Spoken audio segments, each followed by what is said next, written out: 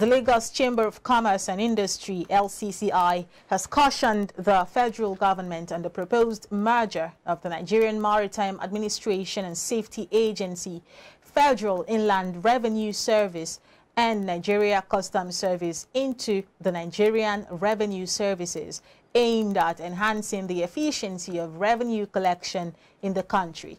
Speaking on the state of the economy in Lagos, President LCCI Michael Olawale Cole said while supporting the government's move to check inefficiency in revenue generation, there is the need to embrace critical stakeholders in engagement and consultations.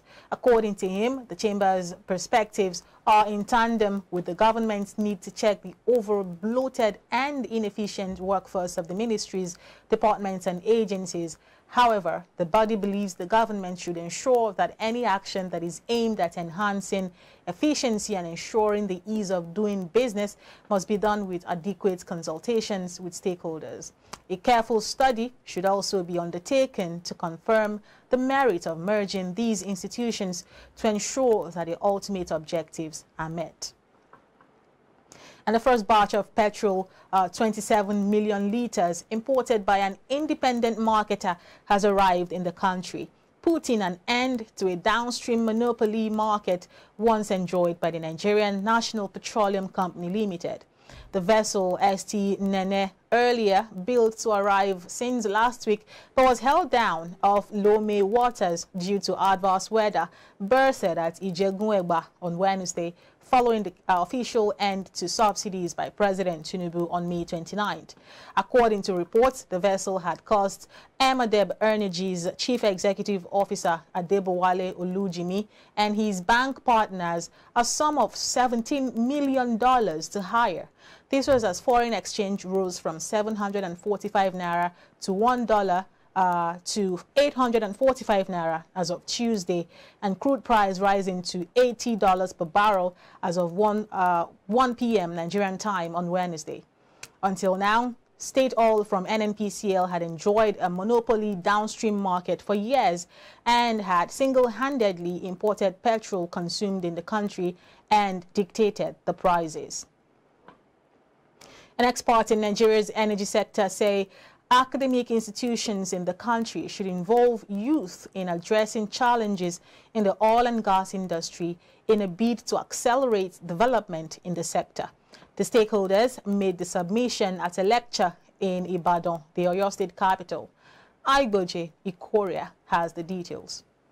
Lamenting the situation in the energy sector, the stakeholders in Nigeria's energy sector said the meeting is to provide solutions to the challenges bedeviling the nation's oil and gas sector.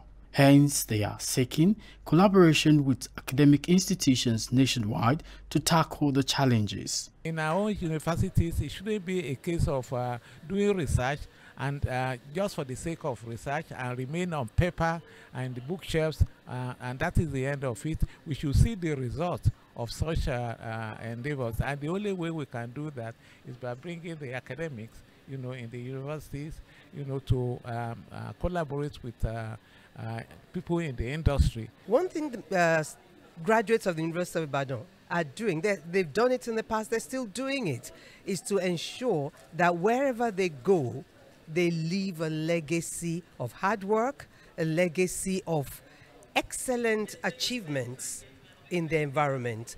They've done that before and we continue to do it. I offer an invitation to this very compelling institution to try and take into consideration the set of skills that they needed to equip their students with, so that when they go out, they will be more competent, and once they are competent, they will become confident, and that confidence will lead them to courage. The lecture series also seeks to enhance and expand knowledge in energy sector, as the speaker said government must develop a framework for building financial and energy security. The situation we're in Nigeria is that we don't have projects, major projects we're talking about. So what the government needs to do quickly, honestly, is to make sure that we have projects go ahead.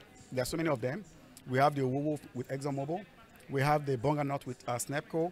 We have ERA. We have Zaba with ENI. So many projects that are big size projects. two things. If that goes ahead, the oil and gas will take our pride of place. Secondly, there will be a lot of activities in the country because these things bring in order of billions of dollars into the country. According to the organizers, the lecture is an attempt to expand the frontiers of knowledge, not just in the petroleum energy sector, but in all sectors, with the intention to better the lives of the ordinary Nigerian. Igboji Horia, reporting for iBrandTV News. And Nigeria's food inflation touched its 15-year high in April of 2021, with cereal and bread being two of the key drivers cited by the Statistics Office. By May 2022, the inflation rate stood at 16.82%. And so in that light, a tour was made to local bread, popularly known as agege bread, and a cuisine bread, the likes of sugar bread, sardine bread and coconut bread, amongst others, bakeries, to sort for answers on the current economic effect on bread production. Our correspondent, Omolara Adebayo, has the report. Flour and sugar account for roughly 4/5 of the input in bread production, but that policy of limiting access to foreign currency, turning importers to the black market, and Nigeria's taxation is putting an enormous squeeze on the prices of bread, which soared by over 1/3 in a year to March. While a good number of bakeries are facing failure to thrive, Mrs. Awoyomi, the managing director of a cuisine bakery, has been able to develop a recipe that enables her to make bread from as much as 40% OFSP puree, combined with 60% wheat flour in order, while still being able to maintain the quality despite the hike in production costs. The first one is the increase in cost of raw materials, like flour, sugar, is the main materials. Then other materials, inputs, they are so high, and it's really affecting us. We also have challenges of the exchange rates. Also, it's affecting the business. The only thing we need, if government can give us light, is to reduce all this. We make sure we maintain our quality. We make sure we don't compromise. And reduce drastically. That's why I said all this has affected the profit margins. So it has reduced. Before, if it is 20%, it should be 10% now. Mostly where government needs to come in is the importation of the wheat. We don't see have the kind of wheat in Nigeria that we can use for flour. So wheat is coming from Russia. So we need to make sure that the tariff on it needs to be reduced. While speaking with a local bread factory representative, he explained the disadvantaged effect the current economic impact have had, particularly on manpower. And I did, okay, before, sometimes you get like a, well, it's 10,000, well, the work is 10,000 a day before. Now, before you see 2,000 now, is out the store. For me, like before, it's like 7,000, 8,000 a day. One now, if it's like 2,000 naira, that's why. It was a sausage. Bread, semolina, pasta, and other wheat flour-based products are staples in Nigeria, and demand for the product has continued to increase. Omolara Adebayo, reporting for iBrandTV News.